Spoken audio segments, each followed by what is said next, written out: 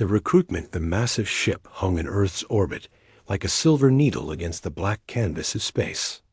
Inside the United Nations Assembly Hall, Commander Vex stood 7 feet tall, his blue-scaled skin reflecting the harsh fluorescent lights.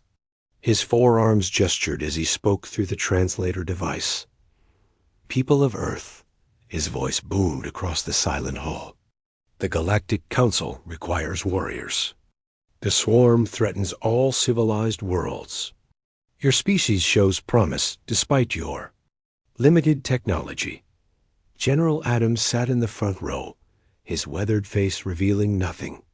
40 years of military service had taught him to listen first, speak later. Behind him, Captain John and his battalion waited in perfect formation. "We offer you advanced weapons, shields, and training," Vex continued, his upper arms spreading wide. "In return, you provide soldiers for the Alliance. 1,000 of your finest warriors." The general stood slowly. "Commander Vex, Earth accepts your offer. Captain John will lead our 1st Battalion." Vex's expression shifted to what might have been satisfaction. These humans were primitive, still using chemical propulsion and kinetic weapons. They would need extensive training to match even the weakest Council forces. But bodies were bodies, and the war demanded sacrifice. 3 days later, the human battalion stood in the training bay of the Council's command ship. The vast chamber stretched like an aircraft hangar, filled with holographic projections and energy barriers. Alien instructors from various species watched from elevated platforms. "These are Mark III plasma rifles," Sub-Commander Tech explained, his green tentacles handling the weapons with practiced ease. "Point, activate, discharge." Simple enough for any species. Captain John hefted the rifle, feeling its weight distribution. "What's the rate of fire?" "Rate of ... fire?" Tech's translator buzzed with confusion. "It fires as fast as you can pull the trigger. No automatic settings? Burst fire? Suppression modes?" The alien instructors exchanged glances. Lieutenant Mike stepped forward, examining his own weapon. "Captain, I think they fight differently than us." The first training exercise began an hour later. The scenario was simple: humans versus holographic swarm drones in a simulated battlefield. The Council observers expected chaos, fumbling with new weapons, fear at facing unknown enemies. Instead, they witnessed something else entirely. Captain John's voice cut through the simulation. "Squad Alpha, suppressing fire on the ridge. Beta, flanking maneuver through the canyon. Charlie, you're our hammer." The humans moved like water, flowing around obstacles, using cover the aliens hadn't even programmed as strategic positions. They turned the plasma rifles into tools of precise destruction, laying down overlapping fields of fire that would have impressed any Earth military instructor. "They're not following the combat protocols," Tech whispered to Vex. "No," Vex replied, his 4 eyes fixed on the display. "They're doing something else." Lieutenant Mike had climbed to an elevated position, using the rifle's energy discharge to create a blinding effect, disorienting the hologram sensors. Below, other humans used the environment itself as a weapon, causing rock slides, creating choke points. In 12 minutes, the simulation ended. The humans had eliminated all targets with 0 casualties. The previous record, held by the veteran Korvax Legion, was 43 minutes with 30% casualties. "Again," Captain John called out. "This time, make it harder." Vex leaned forward, studying the humans as they reset their positions. They communicated with hand signals, subtle nods, a language of violence that needed no words. These weren't just soldiers following orders. They were predators who had learned to work as a pack. "Double the enemy count," Vex ordered. The second simulation lasted 8 minutes. That night, Vex stood before the Council's emergency session. "The humans are ... unusual. They don't fight like us. They don't think like us. Are they ready for combat? Council Elder Mex asked. They were ready before they arrived, Vex admitted. We're not training them. We're simply giving them new tools. The mission briefing came the next morning. A swarm hive ship had been detected near the Kepler mining station. 3 Council battalions would assault.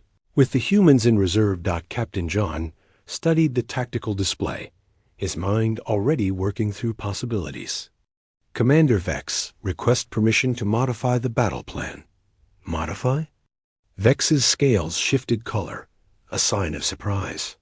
You haven't even faced real combat yet. With respect, Commander, John replied, his tone perfectly professional. We've been in combat our entire evolutionary history. We just haven't done it in space before. The room fell silent. Tomorrow, they would learn what that meant. First blood, the Kepler mining station, floated like a metal snowflake against the void, its 6 arms stretching outward from a central hub. 3 Council battalions held position at standard engagement range 50,000 kilometers. The textbook said to announce presence, demand surrender, then engage with long-range energy weapons. Captain John watched the tactical display from the human dropship. They're really going to announce themselves? Standard protocol, Commander Vex replied over comms. The swarm must be given opportunity to withdraw, Lieutenant Mike snorted. Sir, permission to speak freely? Granted. That's the dumbest thing I've ever heard. The Council forces began their announcement. Immediately, swarm fighters poured from the station like angry wasps, their biomechanical forms twisting through space in perfect synchronization. The Council ships opened fire, brilliant beams of energy lighting up the darkness. Human battalion, maintain reserve position, Vex ordered. Captain John switched to private comms. All squads, observe their patterns. Mike, what do you see? The swarm moves in waves, 3-dimensional formations. But look at the timing, they shift every 23 seconds. It's predictable. And the Council forces? Fighting in 2 dimensions, sir. They're thinking like it's a naval battle on water. John smiled grimly. Vex, we're moving in. Negative, Captain. Remain in reserve. On the display, a Council cruiser exploded, its shields overwhelmed by concentrated swarm fire. Then another. The orderly Council formation began to fracture. Commander Vex, John's voice carried an edge. You're losing ships. Let us work. A pause. Then, approved. But follow engagement protocols. Understood. John switched channels. All squads execute pattern Wolf. Mike, you're the teeth. The human dropships didn't announce themselves. They didn't form up in neat lines. They scattered like seeds on the wind, each one following seemingly random vectors. To the swarm's hive mind, they appeared disorganized, insignificant. 20 seconds later, the humans struck. Mike's squad had drifted dark, their ships powered down to minimal life support. They'd used momentum and microthrusters to position themselves inside the swarm's formation. When they powered up, they were already among the enemy. Light them up, Mike ordered. Plasma rifles fired not at the swarm fighters, but at their formation points, the spaces they would occupy in 3 seconds, 5 seconds, 10 seconds. The humans weren't shooting at where the enemy was, but where they would be. Squad Beta, execute, John commanded. The second wave of humans came from below the elliptic plane, an angle the swarm hadn't defended because no Council race thought 3-dimensionally in space combat. They carved through the swarm's underbelly like a hot knife through butter. On the Council command ship, Vex watched in stunned silence. The humans weren't following any recognized combat doctrine.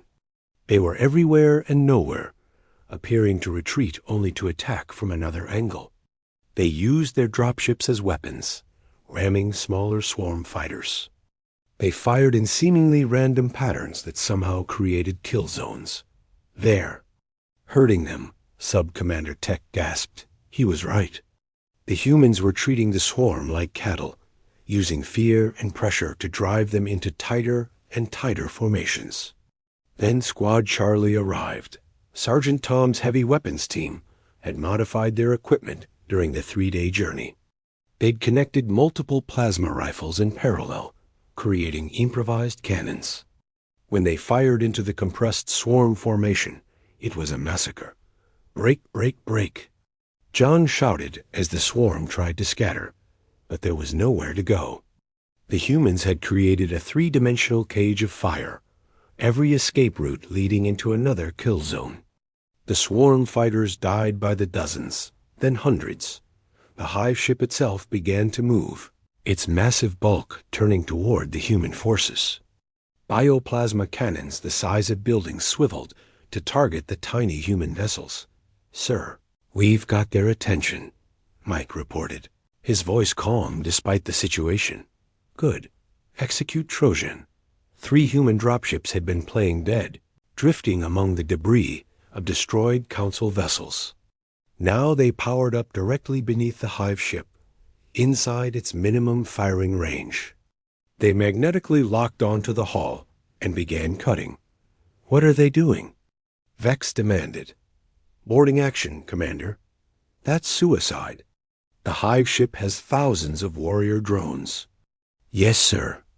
"And they're all rushing to 3 breach points." John highlighted sections on the tactical display, "which leaves these areas undefended. 6 more human ships, hidden in the sensor shadow of an asteroid, burst from cover. They hit the undefended sections hard, punching through the bio-armor with kinetic slugs, simple metal projectiles accelerated to tremendous speeds." Inside the hive ship, Private David led his fire team through corridors that pulsed with alien life. The swarm drones they encountered seemed confused, hesitant. They'd never faced enemies who didn't retreat, who came closer instead of maintaining distance. "Flame units up," David ordered. The humans had brought flamethrowers. Simple, primitive, chemical fire. The swarm's biomechanical nature, evolved to resist energy weapons, had no defense against basic combustion. The corridors filled with screaming smoke and the stench of burning flesh. "Command, this is David. We've reached what looks like a central nervous cluster. Plant the charges and get out." The explosives were another human addition chemical, compounds that the Council considered obsolete. But chemistry didn't care about advancement. When the charges detonated, they tore the hive ship's coordination center apart. Outside, the swarm fighters suddenly lost cohesion. Without the hive ship's guidance, they floundered, colliding with each other, firing randomly. All squads. Clean sweep. "No survivors," John ordered. It took 12 minutes to eliminate every remaining swarm unit. When the last fighter exploded, the battlefield fell silent except for the radio chatter. "Human battalion, report casualties," Vex requested, his voice subdued. 3 wounded, none critical. 0 fatalities. The channel went quiet.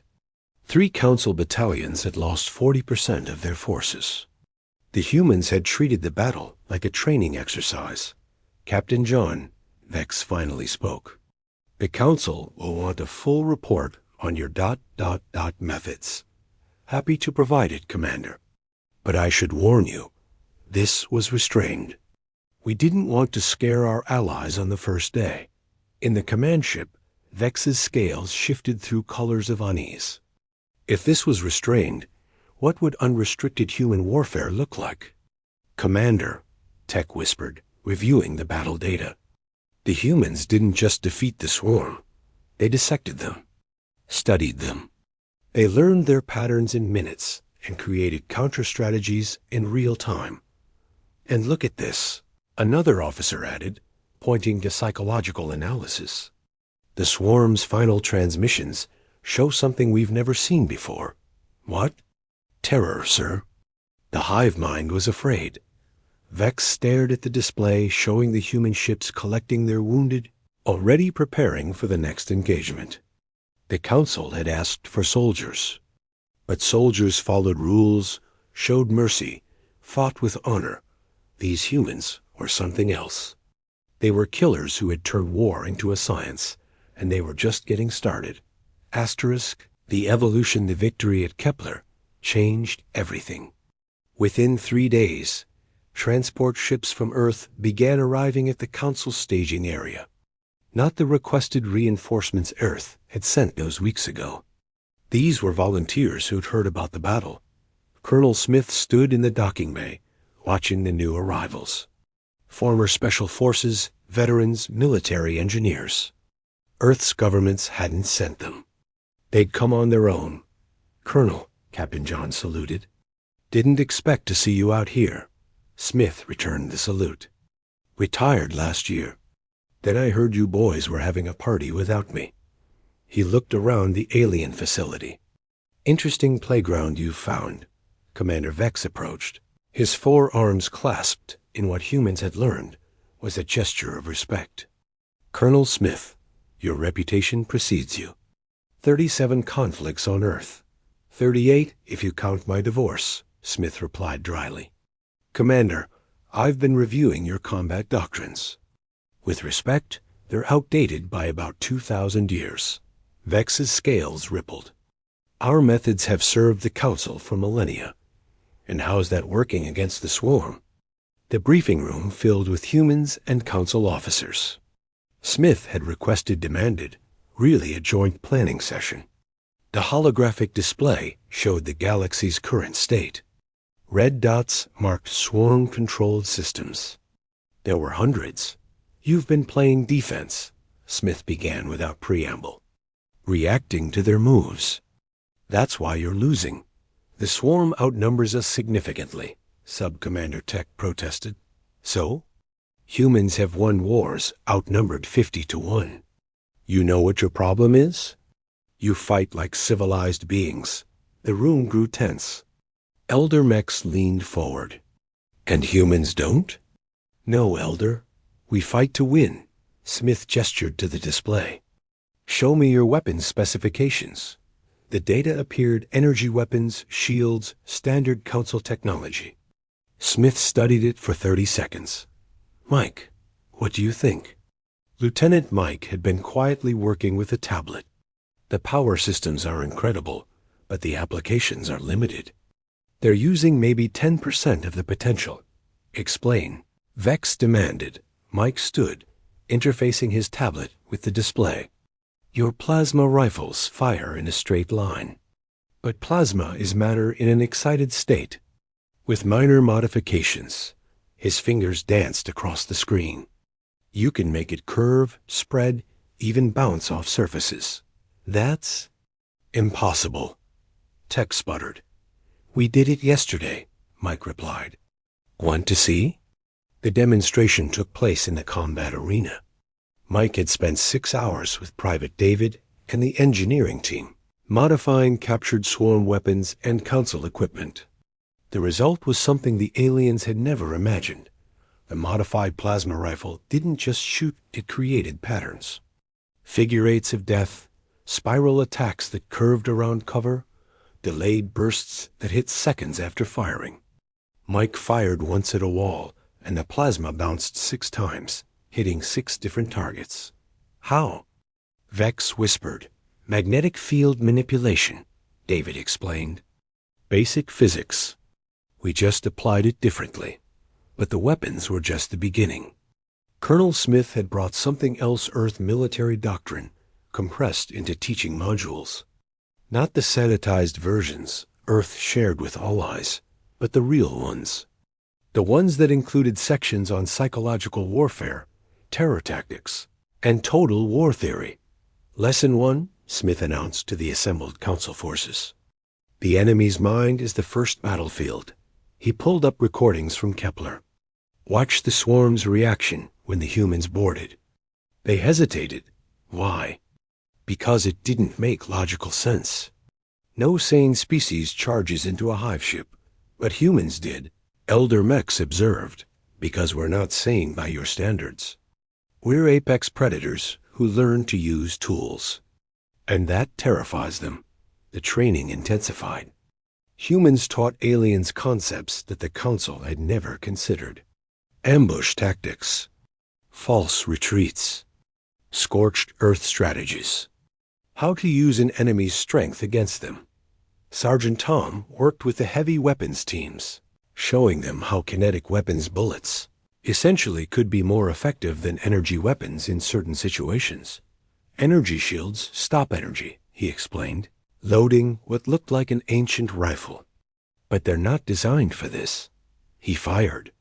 The simple lead bullet accelerated to 20% of light speed using Council technology, punched through 3 layers of shielding, and buried itself in the target. Kinetic kill vehicles, Tom grinned. We've been using them for centuries. 3 weeks into the evolution, the first hybrid squadrons deployed. Mixed human-alien teams using modified weapons and human tactics. The results were immediate.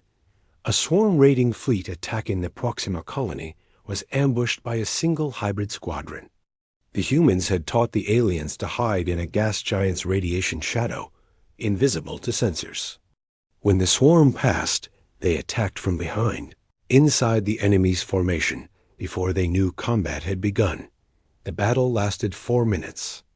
No survivors on the swarm side, but it was Captain John's next innovation that truly changed the war. He'd been working with the Council's II systems, teaching them human strategic thinking.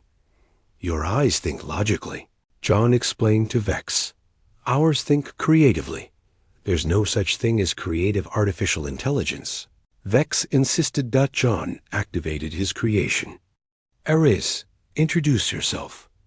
The hologram that appeared looked human, dressed in ancient Roman armor. Greetings. I am the adaptive response and elimination system. I think, therefore I kill. You gave it personality? Vex was horrified. We gave it human personality. Watch. They ran a simulation 1,000 to 1 odds. Impossible scenario. The Council's best AI calculated 0% survival chance. ARES won in 6 minutes by doing something no logical system would consider sacrificing. 80% of its forces in a fake retreat, then detonating the abandoned ship's cores when the enemy clustered defeat on the wreckage. That's monstrous. Tech gasped. That's human, Colonel Smith corrected. We call it the Pyrrhic Gambit. Word spread through swarm space faster than light. The Death Walkers were evolving, spreading their tactics to other species. Swarm hives that had been aggressive for centuries suddenly became defensive, pulling back from Frontier Systems in one intercepted transmission. The swarm referred to humans with a new term, the devourers of logic. They couldn't understand beings who treated war like art, death like poetry, destruction like mathematics. Commander Vex found Captain John on the observation deck, looking out at the stars. Your species frightens me, Vex admitted. Good, John replied. We frighten ourselves sometimes. The Council is concerned. You're changing the nature of warfare itself. John turned to face him. Commander, you asked for soldiers. We gave you warriors. You wanted us to fight your war. We're teaching you to win it. And if we become like you, then the galaxy becomes a much more dangerous place. John's smile held no warmth. But the swarm won't be around to see it. A priority alert interrupted them. The swarm had gathered their largest fleet, ever 10,000 ships, for a desperate assault on the Yon. Council's core worlds, all forces to battle stations. Vex commanded John activated his com. Colonel Smith, it's time for graduation day. About time, Smith's voice crackled back. I was getting bored. As ships prepared for the largest battle in Council history, the humans made their final modifications. They'd spent a month learning alien technology. Now they would show the galaxy what happened when human creativity met alien advancement. Swarm thought they were coming to fight soldiers. They were about to meet something far worse, humans who had evolved beyond their own limitations. Asterisk. The turning point. 10,000 swarm ships darkened the space around Beta Prime, the Council's capital system. It was everything their entire remaining fleet, every warrior drone, every hive ship. The swarm had decided on one final overwhelming assault. The Council had 3,000 ships. The odds were hopeless. General Adams stood on the bridge of the command carrier, now retrofitted with human modifications. Around him, a mix of human and alien officers worked in perfect synchronization. Status report. Adams commanded. Swarm fleet maintaining standard attack formation. Colonel Smith reported. They're doing exactly what Ares predicted, because they can't imagine we'd want them to come, Adams replied. Commander Vex, are your people ready? Vex stood straighter. 3 months ago, he'd have insisted on Council leadership. Now, he simply said, we follow your lead, General. Adams activated the fleet-wide comm. All forces, this is Adams. Today, we teach the galaxy a new word, annihilation. Execute Operation Extinction. The human strategy was unlike anything in Council military history. Instead of meeting the swarm head-on, the Allied fleet scattered in seemingly random directions. To the swarm, it looked like panic, fear, a rout before the battle even began. The swarm pursued, their massive fleet breaking into hunting packs. They smelled blood. Phase 1 complete, Captain John reported from his strike cruiser. They took the bait. Mike, you're up? Lieutenant Mike's squadron had been hiding in the system's asteroid belt for 3 days, powered down, waiting. As swarm ships passed, they emerged like ghosts, but they didn't attack the warships. They targeted the supply vessels, the communication nodes, the vulnerable support craft the swarm had brought for a prolonged siege. Their logistics train is gone, Mike reported.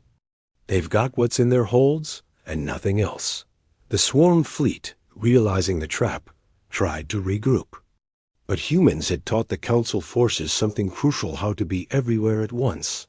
Small strike teams hit and ran, never engaging directly, always striking where the swarm was weakest. They targeted engines, not weapons. Sensors, not shields. The goal wasn't to destroy. It was to blind and cripple. Sir, they're bunching up, Sergeant Tom observed. Just like you predicted? Adams smiled coldly. Activate the minefield. For 2 weeks, human engineers had been seeding the beta system with something the Council considered obsolete mines. Not energy mines, but simple kinetic devices, painted black, drifting silent and invisible against the void. When the swarm fleet consolidated to defend against the hit-and-run attacks, they flew directly into the trap. Thousands of mines activated simultaneously, not exploding, but attaching to hulls and beginning to drill. What are those devices? Elder Mex asked, watching from the Council's emergency bunker. Burrower mines, Private David explained, pride in his voice. They don't blow up. They dig in, find vital systems, and then release their payload. What payload? Thermite, acid, and something we call the gray goo nanobots, programmed to eat biomechanical material. On the tactical display, swarm ships began to convulse. The mines were literally eating them from the inside out. Hive ships, massive and seemingly invulnerable, started venting atmosphere as holes appeared throughout their structures. The swarms. Response was desperate, and exactly what Adams had anticipated. They clustered tighter, seeking protection in numbers, abandoning damaged vessels to save the core fleet. Colonel Smith, execute Phase 3. With pleasure, General. Smith's heavy assault group had been waiting at the system's edge. They came in fast, using the gravity of Beta Prime's moon to slingshot themselves into attack velocity. But they weren't aiming at the swarm fleet. They were aiming at the space behind it. Deploy the net, Smith ordered. Hundreds of ships released carbon fiber cables, each 1 kilometer long, embedded with micro-explosives. In seconds, they'd created a web of death behind the swarm fleet. When the aliens tried to retreat, they flew into the cables. The explosives detonated, shredding ships like paper, Asterisk. No retreat, Adams announced coldly. No escape. Ares activate hunter-killer protocols. The AI-controlled drone squadrons human designed, Council-built swarmed forward. They didn't fight like ships. They fought like a plague, attaching to swarm vessels, boring in, self-destructing inside shield generators and engine cores. The swarm tried to adapt, but every adaptation met a counter-strategy. When they spread out, human long-range kinetic artillery picked them off. When they bunched up, area effect weapons devastated whole squadrons. When they tried to ram, the humans used their own ships as guided missiles, evacuating crews at the last second. General, Vex said quietly, they're trying to surrender. They're broadcasting on all frequencies. Adams didn't even look at the communication console. I don't speak swarm. Sir, the Council protocols. The Council isn't in command. I am. Adams turned to face Vex. They came here to exterminate your capital, your families, your children. And now they want mercy? He activated Fleet Com. All forces increase intensity. I want nothing left but atoms. What followed wasn't a battle, it was systematic extinction. Captain John led boarding parties onto wounded hive ships, not to capture, but to plant nuclear devices in their cores. Mike's squadron herded fleeing swarm ships into kill boxes where Ton's artillery waited. Colonel Smith personally led the assault on the swarm command ship, using chemical weapons that dissolved their bio-armor like acid. The Council forces, trained by humans, had become something new. They fought without hesitation, without mercy. They'd learned the human truth. In war, there are no rules except victory. 4 hours into the battle, half the swarm fleet was gone. 6 hours, 70%. By hour 8, only scattered survivors remained, trying desperately to escape the system. Asterisk, let them go. Adams finally ordered. We want witnesses. 300 swarm ships out of 10,000 fled Beta Prime. Behind them, the wreckage of their fleet formed a new asteroid belt around the planet. The debris was so thick it would be a navigation hazard for decades. In the Council chambers, the leadership watched in stunned silence. The humans hadn't just won. They'd turned the battle into an execution. The recordings showed human soldiers laughing as they hunted down escape pods, treating the slaughter like a game. What have we done? Elder Mex whispered. Commander Vex, his scales pale with shock, replied, We invited monsters to our war, and they accepted. General Adams entered the chambers, still in his combat suit, splattered with what might have been swarm blood. He saluted casually. Beta Prime is secure. The swarm fleet is eliminated. Awaiting further orders. General, Elder Mex's voice shook. The swarm was trying to surrender. Council law requires... Asterisk. I don't follow Council law, Adams interrupted. I follow human law. And human law says when someone tries to kill your family, you kill them first. All of them. This was genocide. This was war. You wanted to win. We delivered victory. Adams looked around the chamber. Unless you'd prefer we stop, I'm sure the swarm would appreciate that. The threat was unspoken but clear. The humans had become indispensable. Without them, the Council would fall. But with them, double quotes, there are reports, Tech said carefully, that human forces used prohibited weapons.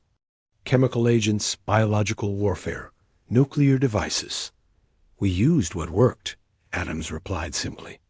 Your enemy adapted to energy weapons. They hadn't adapted to uranium-235. Asterisk. Captain John entered, carrying a data pad. General, the swarm survivors are broadcasting to their remaining systems. They're telling others what happened here. Good. Fear is a weapon too. There's more, sir. 3 other hostile species have sent peace offerings. They don't want to be next. Adams smiled. It wasn't a pleasant expression. Looks like the graduation ceremony was a success. Commander Vex, the swarm home systems are now undefended. Request permission to finish this. Vex looked at the other council members. They were terrified not of the swarm anymore, but of the humans they'd unleashed. But they were also trapped.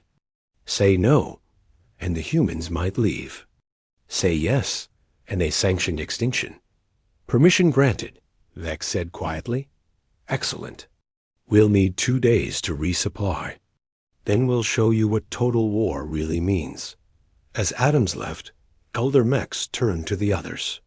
We wanted soldiers. We got executioners. No, Vex corrected, his voice hollow. We got humans. We just didn't understand what that meant. Asterisk.